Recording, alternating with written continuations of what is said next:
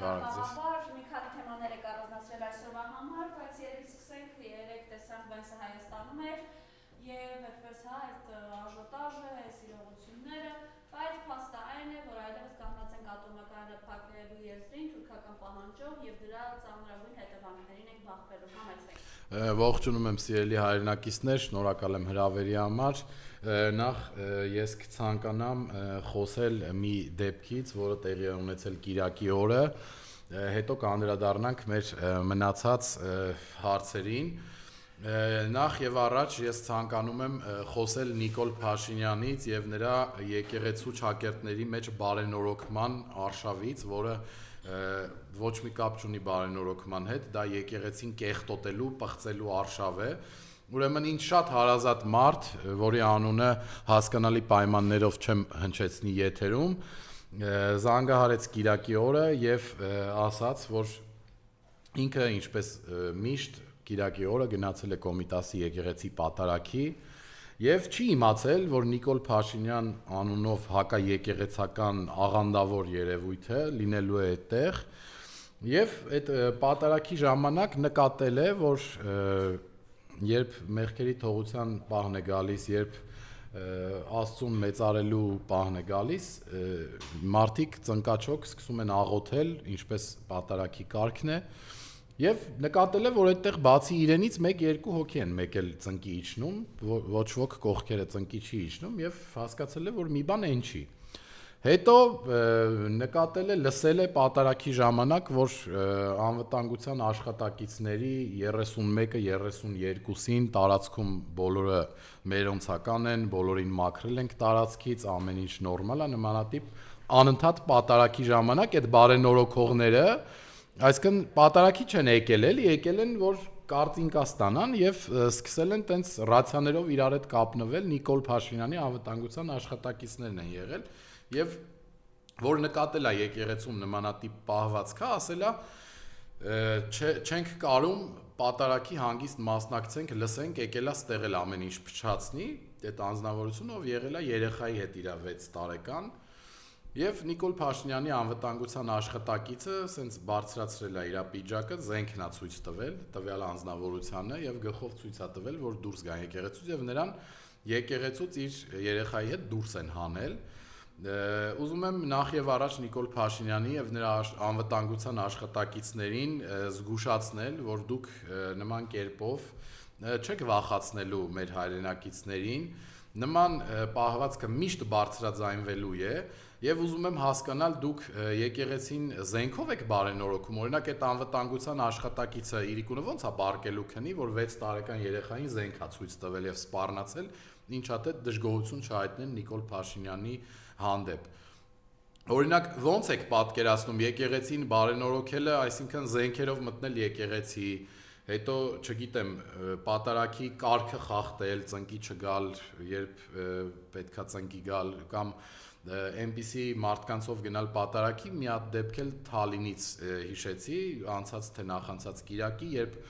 լրագրողները մոտեցել էին, հարցում էին դուք ինչի համար եք եկել պատարագի, այդ անձնավորությունը, ով Նիկոլ Փաշինյանի շրջիկ թափառախմբից է եկեղեցու բարենորոգման, ասաց, որ կյանքում պատարագի չեմ մասնակցել, եկել եմ տենամ, էս ինչա քուրս, օրինակ, ասենց բարենորոգողներ ունենք, օրինակ Գյորգիքսն է եկեղեցին բարենորոգում, ով հայտնի է համացանցում իր սրբապիղծ լինելով, չգիտեմ, եկեղեցին բարենորոգում են այն մարդիկ, ովքեր Աստծո հետ կապ չունեն, կապ ունեն բացահայտված աղանդավորներ են եւ այդ մարդկանց վստահ եմ, որ ֆինանսավորում են դրսից, քանի որ խոսեցինք Նիկոլ Փաշինյանի արշավից եկեղեցու դեմ, նաեւ անդրադառնամ Քրիստինե Պողոսյան անունով падգամավորին, ում եղբայրը կոչ էր անում հիվանդանոցներից հանել սրբավայրերը, փոքր անկյունները, որտեղ մարդիկ աղոթում են, որպեսզի իրենց հիվանդները կամ իրենք բուժվեն, նմանատիպ միտք էր արտահայտել, որ մարդիկ գնում են եկեղեցի աղոթելու, հիվանդանոց բուժվելու, հիվանդանոցներից պետք է հանել այդ աղոթավայրերը։ Սա Աստծո հանդեպ հավատքի բացակայության վառ օրինակ է, եւ սա արտահայտում է մի անձնավորություն, ում քաղաքական թիմը, քույրը, քրոջ քաղաքական թիմը զբաղվում է եկեղեցու բարենորոգմամբ։ Ես բազմիցս նշել եմ, այս անձնավորությունները, ովքեր հիմա որոշել են եկեղեցու բարենորոգմամբ զբաղվել, երբեք պատարակների չեն գնացել։ Մենք նաև տեսել ենք, որ այս պաշտոնյաները նույնիսկ մեծ եկեղեցական տոներին, զատիկին կամ այլ տոներին երբեք չեն աչքի ընկել իրենց մասնակցությամբ եկեղեցական տոներին։ Այս մարդիկ լուծում են այլ խնդիր, սրանց նպատակը եկեղեցու դեմ արշավն է, եկեղեցին բարոյա լքել, բարոյա զրկել, ժողովրդի աչքում եկեղեցին ցույց տալ խոցելի կառույց, որպեսզի ժողովրդի համախմբման գործում եկեղեցին չկարողանա ունենալ արդյունավետ աշխատանք։ Եթե խնդիրը կաթողիկոսն է եւ սրբազաններն են, ինչի եք ուզում հիվանդանոցներից հանել աղոթավայրերը։ Ինչի համար եք փակում զորամասերում այն անկյունները, այն աղոթավայրերը, այն հոգևորականների աշխատանքի ինչ եք դադարեցնում, որոնք 20 տարի աշխատանքի մեջ են։ Նաև ինձ եկած ինֆորմացիայի համաձայն Սուրեն Պապիկյանը անձամբ զբաղվում է բոլոր այն հոգևորականներով, ովքեր կորցրել են իրենց աշխատանքը իր իսկ հրամանի համաձայն 700-800 հազար դրամ աշխատանք են առաջարկում այդ հոգևորականներին, եւ ես ուզում եմ մեր հոգևորական եղբայրներին, մեր հավատքի պահապաններին խնդրել, որ ոչ մի դիմացի գումարի դիմաց չվաճառվեն Նիկոլ Փաշինյանին, որովհետեւ դա ներում չի ունենալու։ Դա նշանակում է վաճառել սեփական խիղճը, հավատքը, կրոնը, դավաճանել Աստծուն եւ այն բարոյական արժեքներին, որոնց համար մարդիկ իրենց հարգում են։ Նաև ես կցանկանամ այս եկեղեցու թեմային զուգահեռ խոսել մեր քաղաքական բանտարկյալներից, խոսել մեր գերիներից, ովքեր գտնվում են Բաքվում։ Օրինակ Նիկոլ Փաշինյանը, երբ Ալիևի հետ գնում է Դուբայում կամ Արաբական Էմիրություններում խաղաղության մրցանակներ է ստանում, ձեռք սեղմում է տեղի ունենում, Վահագն Խաչատրյանը, երբ Նիկոլ Փաշինյանին գցնում է եւ ամենավերջի ձևով փալասի նման Նիկոլ Ալիևին փորձում է հաջողանալ խաղաղության համար, օրինակ մեր երկիրը ներկայացնող երկու անձնավորություններ, վարչապետի ներկայացուցիչը եւ նախագահի այդ ինստիտուտների ներկայացուցիչները մեր իրենց արյունակից եղբայրների մասին ինչու ոչ միտեղ չեն բարձրաձայնում։ Օրինակ ոնց կարա լինի, սիրելի հայրենակիցներ, լինես մի երկրի ղեկավար եւ քո երկրի ռազմաքաղաքական ղեկավարությունը մի ինչ-որ հատվածի լինի այդ երկրում գերի, այդ երկրի հետ խաղաղություն հաստատես, բայց իրանց մասին չխոսես։ Դա նշանակում է արդյոք, որ Նիկոլ Փաշինյանը շահագրգռված է, որ այդ մարդիկ ցմահ դատվեն այնտեղ։ Միանշանակ այո։ Նշանակում է, որ Նիկոլ Փաշինյանը նույնիսկ կարա խնդրի Ալիևին եւ այդ ամեն ինչի ետևում կանգնած լինի, որ օրինակ Բակո Սահակյանը, Արկադի Ղուկասյանը, Դավիթ Իշխանյանը, Դավիթ Բաբայանը, Ռուբեն Վարդանյանը, ճիշտ է, Արայիկ Հարությունյանին չեմ սիրում եւ եթե ինքը պատիժը կրեր ստեղ շատ կողմ կլնեի դրան, բայց մեր հայրենակիցն է, թող գա Հայաստանում պատիժը կրի։ Արայիկ Հարությունյանը, ինչպես եք կարծում, Նիկոլ Փաշինյանի այս պատմության ետևում չեն երևում Նիկոլ Փաշինյանի ականջները, միանշանակ երևում են եւ այդ բոլոր անձնավորությունները կամ Նիկոլ Փաշինյանի մասին բացահայտումներ էին անելու Երևանում կամ Նիկոլ Փաշինյանին մեծ անհարմարություններ էին ստեղծելու նրա համար, դրա համար իրանք գտնվում են Բաքվում եւ բացառապես ոչ մի հանդիպման ժամանակ չի բարձրաձայնվում նրանց ազատ արձակելու խնդիր։ Նաեւ զուգահեռ Բաքվում գտնվող մեր գերիների ես կցանկանամ խոսել Երևանում պահվող գերիներից, որովհետեւ նրանք քաղաքական բանտարկյալներ են եւ Նիկոլի գերիները, կխոսամ, կցանկանամ բարձրաձայնել մեր սրբազաններին ապօրինի փակի տակ պահելու երկարաժամկետ այս պրոցեսը, որ ով չի վաճառվել Նիկոլին, փակի տակ է հիմա, կցանկանամ մեր սրբազանների գլխավորությամբ մեր բոլոր քաղաքական բանտարկյալներին ուժ, կամք եւ կորով մաղթել, որպեսզի նրանք կարողանան դիմակայել այս անմարդկային հետապնդումներին, չնայած վստահ եմ, որ թե մեր սրբազանները, թե քաղբանտարկյալները մեծ կամք ունեն եւ չեն վհատվում, չեն հուսահատվում Նիկոլ Փաշինյանի այս գործողություններից։ Նաեւ կցանկանամ խոսել Խաչիկ Գալստյանից, ում լրիվ անհիմն են բանտարկել, ով եղել է իմ դասախոսը, երբ ես ուսանող եմ եղել, Եվ Խաչիկ Գալստյանի նման առաքինի անձնավորություն ես չեմ ճանաչում, ոչ կոնֆլիկտային, մարդկային, այդ անձնավորությանը մեղադրում են կաշառք տալու մեջ, այս ամենը զրպարտություն է, այս ամենը շինծու քրեական գործ է, միանշանակ Խաչիկ Գալստյանը իր մեղքը չի ընդունել։ Նաև կցանկանամ խոսել Դավիթ Համբարձումյանից, Վարդան Ղուկասյանից, բոլոր այն քաղբանտարկյալներից, ովքեր գտնվում են ապօրինաբար փակի տակ, եւ եթե տնային կալանք կասեք, նրանք փակի տակ չեն, տնային կալանքի մեջ են, ես ասեմ, որ տնային կալանքը նույնպես կալանավոր լինելա, տնային կալանքը նույնպես հետապնդման մի ձև է, որովհետև քո քաղաքական խոսքը, քո շարժը, քո ամեն ինչը սահմանափակված է, քեզ վերահսկում են Նիկոլ Փաշինյանի ծառայողները։ Նաև այս թեմայից զատ ես նաև մեկ թեմա եմ առանձնացրել, որը մեր այսօրվա վերջին թեման է, կցանկանամ խոսել իմ ընկերների, իմ բարեկամների, հարազատների խնդրած թեմայից եւ նաեւ դրանից հետո մեկ թեմա էլ կա։ Ուրեմն կոնդի բնակիչները ես ինձ խնդրել եմ, որպեսզի բարձրաձայնեմ այս հարցը, մոտավորապես 100-ից ավել մարդիկ խնդրել եմ, որ Հայլիում բարձրաձայնեմ նրանց տների հարցը։ Կարճ ասեմ, ինչ իրավիճակ է, ուրեմն կոնդի մեծ մասը ճանաչվել է գերակաշահ, արդեն կարող է 20 տարուց ավել է, եւ Ռենշին ընկերությունը, որը զբաղվում է մարդկանց տները գնելով եւ տեղում կոնդեցիներին վճարելով իրանց տանգինը, փորձում են մարդկանցից այդ տները վերցնել, որպեսզի գերակաշահ ճանաչված տարածքում ինչ-որ բան կառուցեն։ Ուրեմն նայեք ինչ իրավիճակ է ստեղծվել։ Մարդկանց նախ առաջարկում են իրենց տների շուկայական գնից շատ ցածր գին, մարդկանց մեծ մասը ստիպված համաձայնվել են այդ գներին, որովհետև իրանց ասել են, եթե չհամաձայնվեք, գալու ենք ձեզ տնից հանենք դուրս, так что համաձայնվեք։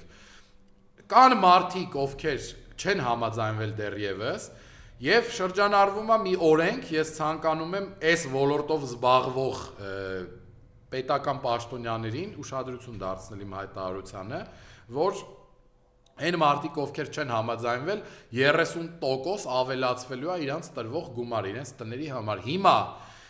այն 70%-ը կոնդի բնակչությունը խնդրել է ինձ բարձրաձայնել այս հարցը, որ իրանք համաձայնվել են իրանց տները արդեն վաճառել X գումարով։ Այս 30%-ը ինչի համար չի ազդում իրանց վրա։ Իրանք ասում են մենք մարդ չենք, այն մարդիկ, ովքեր չէին համաձայնվել, իրանց 30% ավել են տալիս, այստեղ անհավասարության խնդիր կա, քծոցու խնդիր կա, ոնց որ միշտ, եւ նաեւ այս Ռենշին ընկերությունը, ես կցանկանամ, որպեսի կոմենտներում գրեն ում է պատկանում, ով է զբաղվում, ես ունեմ ինֆորմացիա, որ Տիգրան Ավինյանի եւ Նիկոլ Փաշինյանին շատ մոտ անձնավորություն է եւ դրա ետևում կանգնած է Տիգրան Ավինյանը։ Իսկ եթե դուք գալիս եք